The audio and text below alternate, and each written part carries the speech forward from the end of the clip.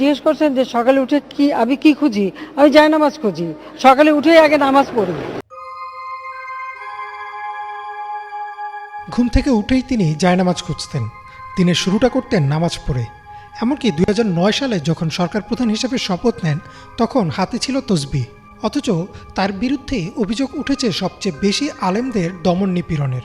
তার আমলেই নির্বিচারে গুলি করে হত্যা করা হয় মাদ্রাসার শিক্ষার্থীদের। এমনকি বলা হয় দেশের মাদ্রাসাগুলো হয়ে যাচ্ছে জঙ্গি তৈরির কারখানা।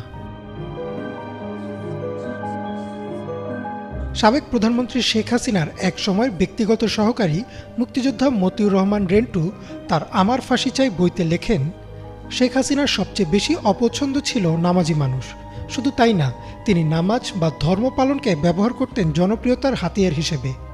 একই বইতে মতিউর রহমান রেন্টু লিখেন কিভাবে শেখ হাসিনা লোক দেখানোর জন্য মাইকে ঘোষণা দিয়ে নামাজ আদায় করতেন। ছাত্র জনতার গণঅভ্যুত্থানের মুখে 5 আগস্ট পদত্যাগ করেন শেখ হাসিনা। এরপর থেকে একে একে প্রকাশ্যে আসতে থাকে তার ও তার প্রশাসনের নানান অপকর্ম। এসব অপকর্মের মধ্যে ইসলাম বিদ্বেষী হওয়ারও বেশ কিছু অভিযোগ সামনে আসে।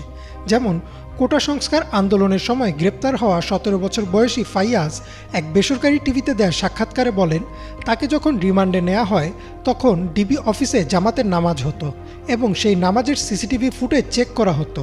যদি ফাইয়াজ নামাজ পড়তেন তাহলে তিনি শিবির কর্মী। ঢাকা বিশ্ববিদ্যালয়ের জহুরুল হক হলের এক শিক্ষার্থী বলেন, 6 মাস তিনি গোপনে গোসলখানায় শুধুমাত্র ফরজ নামাজটুকু আদায় করেছেন, কারণ ছাত্রলীগের কর্মীরা মসজিদের সামনে দাঁড়িয়ে থাকতো আর দেখত হলের কে কে নামাজ পড়ছে। যে নামাজ পড়ে তাকেই শিবির ট্যাগ দেওয়া হতো।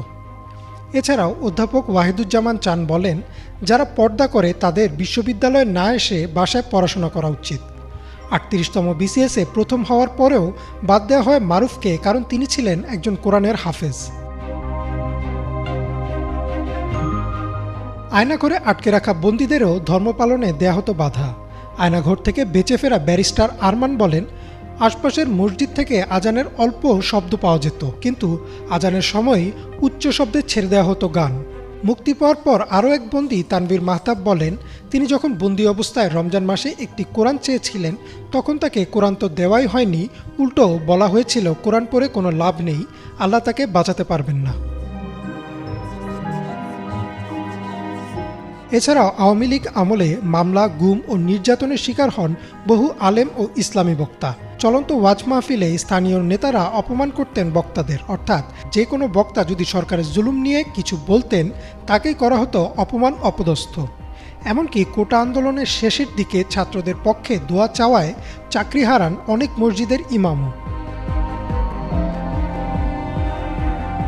শুধুমাত্র মামলা বা অপহরণই না, 2013 সালে শাপলা চত্বরে দেশের কওমি মাদ্রাসার শিক্ষার্থীদের উপর চালানো হয় গণহত্যা।